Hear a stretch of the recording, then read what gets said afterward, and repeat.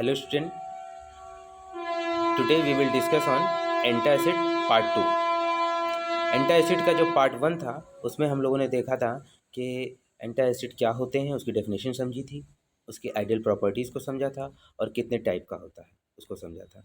आज की इस वीडियो में हम लोग एंटासिड कैसे, क्या वर्किंग होता है, कैसे मैकेनिज्म होता है उसको समझेंगे, कहाँ कहाँ एंटासिड का यूज़ कर सकते हैं उसको समझेंगे। एंटासिड क्या कंट्राइंडिकेशन या किसके थ्रू किन किन के साथ इसको नहीं देना चाहिए, एक तरह से इंट्रैक्शन को समझेंगे यहाँ पर। साथ ही साथ यहाँ पर हम ये भी जानने की कोशिश करेंगे एक ये जो इसका इम्पोर्टेंट कंपोनेंट है सोडियम बाइकार्बोनेट, उसके बारे में हम लोग डिटेल में डिस्क्रिप्शन देखेंगे इसमें। तो लेट्स स्टार्ट एंटासिड पार्ट 2। अब चूंकि हम देख रहे हैं मैकेनिज्म ऑफ एंटासिड, यहाँ पर आप स्ट्रक्चर देख सकते हैं। स्टमक का है, एक आपका एब्जॉर्बल होता है और एक नॉन एब्जॉर्बल होता है। नॉन एब्जॉर्बल में जिसमें कैल्शियम कार्बोनेट होता है, एब्जॉर्बल जो जिसमें सोडियम बाइकार्बोनेट होता है। यानी अगर आप एंटासिड को बांटना चाहें तो एक आपका सिस्टमिक और एक नॉन सिस्टमिक होता है। तो अगर इसके मोड ऑफ एक्शन की बात करें तो जो सिस्टमिक वाला होता है वो ब्लड के थ्रू रिएक्ट करता है, ब्लड उसमें जाके वो जो स्टमक में पहुंचता है तो वहाँ पर वो न्यूट्रलाइज करता है, जिसमें आप सोडियम बाइकार्बोनेट को देख सकते हैं, वो NaCl और H2O और CO2 निकाल देता है। सोडियम बाइकार्बोनेट, कैल्शियम कार्बोनेट भी NaCl H2O CO2 इस तरह से ही रिएक्शन करता है। मैग्नीशियम कंपाउंड जो होता है वो मैग्नीशियम हाइड्रोक्साइड, फिर बाद में वो मैग्नीशियम क्लोराइड प्लस H2O बना देता है। एल्युमिनियम हाइड्रोक्साइड क्या होता है, एल्युमिनियम क्लोराइड प्लस H2O में इसको एसिड को न्यूट्रलाइज करता है। जहाँ जहाँ आप देख रहे हैं वाटर बन रहा है, इसका मतलब एसिड जो है वो न्यूट्रलाइज हो रहा है और साल्ट बन रहा है। अब जो सिस्टमिक वाला होता है वो एब्जॉर्ब होके करता है, जबकि नॉन सिस्टमिक जो होते हैं वो नॉन एब्जॉर्बेबल होते हैं।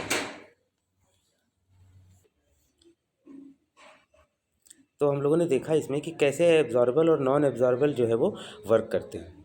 इसीलिए जो नॉन एब्जॉर्बल होते हैं वो ज़्यादा बेनिफिशियल होते हैं in comparison to absorbable. Absorbable में ये प्रॉब्लम हो सकती है कि कल को उसमें एक तरह से जो सिस्टमिक एल्कोलोसिस है उसकी संभावना इसमें हो सकती है। आगे हम इसके साइड इफ़ेक्ट को देखें तो लॉन्ग टर्म जो थेरेपी होती है, इससे कई बार जो होता है पीएच जो होता है वो बहुत ज़्यादा बढ़ जाता है, मतलब एल्कली अकर हो सकती है, जो अभी हमने आपको बताया सिस्टमिक एल्कलोसिस हो सकता है। ठीक है। Antacid which absorb systemically exert alkaline effect on bodies buffer system, ये बॉडी के बफर सिस्टम को भी डिस्टर्ब कर सकते हैं। सम एंटासिड कॉन्स्टिपेशन काज कर सकते हैं। सोडियम कंटेनिंग एंटासिड जो होता है वो जैसे कि कोई पेशेंट जो है वो सोडियम रिस्ट्रिक्टेड डाइट पर है, जैसे कि हाइपरटेंशन का पेशेंट है, तो उसके लिए नुकसान कर सकती है। एंटासिड कंटेनिंग कैल्शियम में cause hyper calcaemia which promote kidney stone formation and reduces para hormone production. Calcium containing जो आपका होता है एंटासिड, वो किडनी स्टोन को बढ़ा सकता है। सोडियम कंटेनिंग जो होता है वो हाइपरटेंशन कर सकता है। इस तरीके से इसमें प्रॉब्लम हो सकती है। इन्हीं सब चीज़ों को देखते हुए requirement of combination of antacid therapy, मैंने आपको बताया था पिछली जो एंटासिड का वीडियो था उसमें कि सिंगल एंटासिड इतना यूज़फुल नहीं है, इसीलिए अब कॉम्बिनेशन ऑफ एंटासिड यूज़ किया जा रहा है। तो systemic antacid lead to alkalosis में worsen oedema and congestive heart failure because of sodium load, thereby they are not frequently used, whereas non-systemic antacid are more potent and effective as compared to systemic antacid, but they are insoluble and poorly absorbed systemically। मतलब जो systemic है और जो non systemic है दोनों का ही कहीं ना कहीं अगर इंडिविजुअली यूज़ किया जा रहा है तो वो नुकसान दे रहे हैं। इन magnesium salt, magnesium component is most water soluble and react with HCl at a slow rate, while magnesium hydroxide has low solubility and has the power to absorb the inactive pepsin and to protect the ulcer base। ये combination हम कर सकते हैं, magnesium salt और magnesium hydroxide दोनों एक दूसरे के अपोजिट एक्शन देंगे और जो साइड इफेक्ट है उसको मिनिमाइज करेंगे। इसी तरह aluminium hydroxide is a weak and slow reacting antacid. The aluminium ion relax smooth muscle and cause constipation. Calcium carbonate is a potent antacid with rapid acid neutralizing capacity, but no, on long-term use it can cause hypercalcemia, hypercalciuria, and formation of calcium stone in kidney. Every single compound among antacid have some side effect, especially when used for longer period or used in elderly patient. To avoid certain side effect, associated with antacid, combination of antacid are uses such as।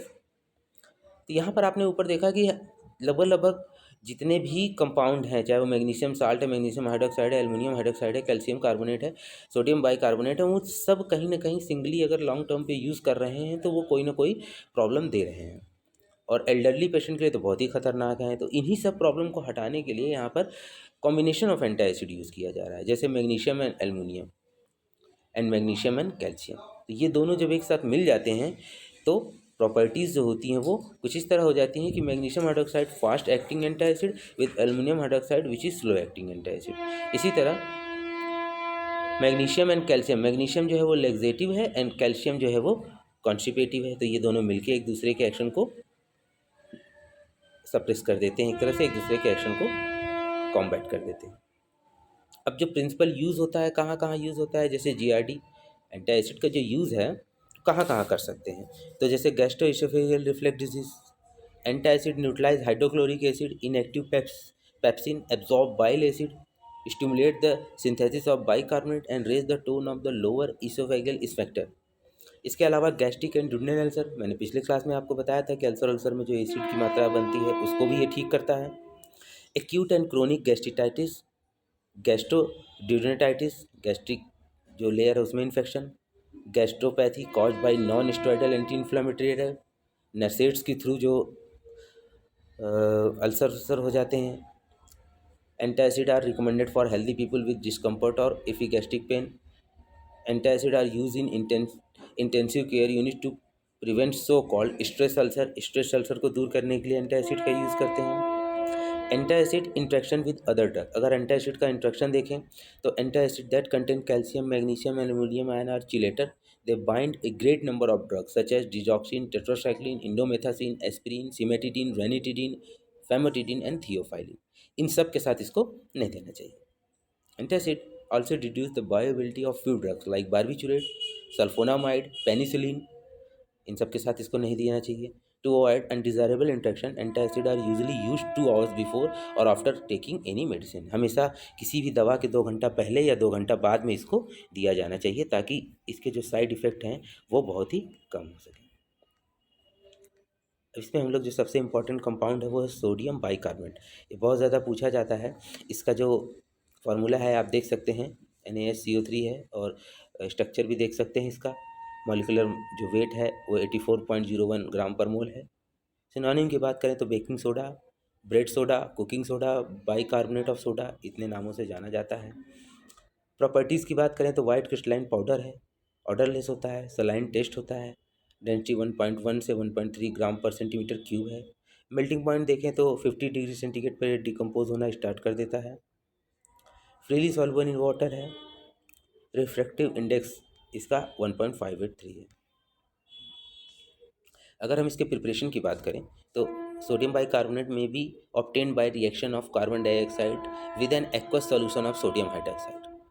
The initial reaction produce sodium carbonate, further addition of carbon dioxide produce sodium bicarbonate. तो carbon dioxide और sodium hydroxide का reaction कराएंगे तो sodium carbonate आएगा, फिर उसका reaction हम carbon dioxide से करा देंगे तो सोडियम बाइकार्बोनेट बन जाएगा। ये आपका लेबोरेटरी मेथड है या स्मॉल स्केल है। इंडस्ट्रियल स्केल की अगर हम बात करें तो सॉल्वे प्रोसेस के थ्रू होता है, जिसमें कार्बन डाइऑक्साइड और H2O को जब मिलाते हैं तो इसमें आपका बाइकार्बोनेट बनता है। फिर अमोनिया से रिएक्शन कराएंगे तो अमोनियम बाइकार्बोनेट बनेगा। फिर NaCl से जब रिएक्शन कराएंगे इस अमोनियम बाइकार्बोनेट से तो सोडियम बाइकार्बोनेट और NH4Cl, यहाँ पर NH4Cl अमोनियम क्लोराइड, ये भी बनाने की एक तरीका इसमें आप देख सकते हैं। तो यहाँ पर आप NH4Cl भी बना सकते हैं, जो कि आगे चल के आपका अमोनियम क्लोराइड जो है वो एक्सपेक्टोरेंट में यूज़ होता है। अमोनियम क्लोराइड कफ को रिमूव कराने के लिए वहाँ पर आप इसका यूज़ कर सकते हैं। वहाँ की प्रिपरेशन को भी आप यहाँ से समझ सकते हैं कि अमोनियम क्लोराइड कैसे बनाया जा सकता है।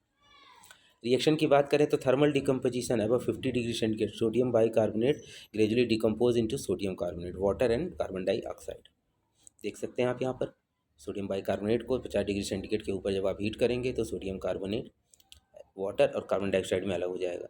Sodium bicarbonate react with acetic acid producing sodium estate, water and carbon dioxide. Sodium bicarbonate को जब हम एसिटिक एसिड से रिएक्ट कराएंगे तो सोडियम आपका एस्टेट और वाटर और पानी में अलग हो जाएगा। सोडियम बाइकार्बोनेट को जब हम किसी बेस से रिएक्ट कराते हैं तो सोडियम हाइड्रोक्साइड जो होता है वो कार्बोनेट बना देता है। जैसे सोडियम बाइकार्बोनेट को NaOH यानी सोडियम हाइड्रोक्साइड से रिएक्ट कराया तो Na2CO3 + H2O बन जाए। वैन मर्क्यूरी क्लोराइड से इसका रिएक्शन कराते हैं तो सोडियम क्लोराइड H2O, इसके अलावा मर्क्यूरिक ऑक्साइड और कार्बन डाइऑक्साइड ये सब बन जाते हैं। ऐसे की बात करें तो weigh accurately 1 gram of sodium bicarbonate and dissolve in 20 ml of water, titrate the solution with 0.5 N sulphuric acid using methyl orange as an indicator. Each ml of 0.5 N sulphuric acid is equal to 0.0425 gram of sodium bicarbonate. इस तरह से हम इसको ऐसे कर सकते हैं। Use की बात करें तो एक सिस्टमिक एंटी एसिड के रूप में यूज़ हो सकता है, सिस्टमिक एल्कलाइजिंग एजेंट के रूप में यूज सकता है। Bicarbonate of soda can also be useful in removing splinters from the skin. Sodium bicarbonate can be added to local anesthetic to speed up the onset of their effect and their make injection less painful. Local anaesthetic की तरह use हो सकता है। Sodium bicarbonate में be use as buffering agent combined with table salt when creating a solution for nasal irrigation. 0.1% to 1% sodium bicarbonate solution used as eye lotion. Used removed earwax and lubricating fluid for contact lenses. 5% to 10% sodium bicarbonate solution used as local applicant of burn, insect bites, etc. Used in preparation of effervescent formulation. Sodium bicarbonate side effect की बात करें तो high dose में cause headache, nausea और irritability.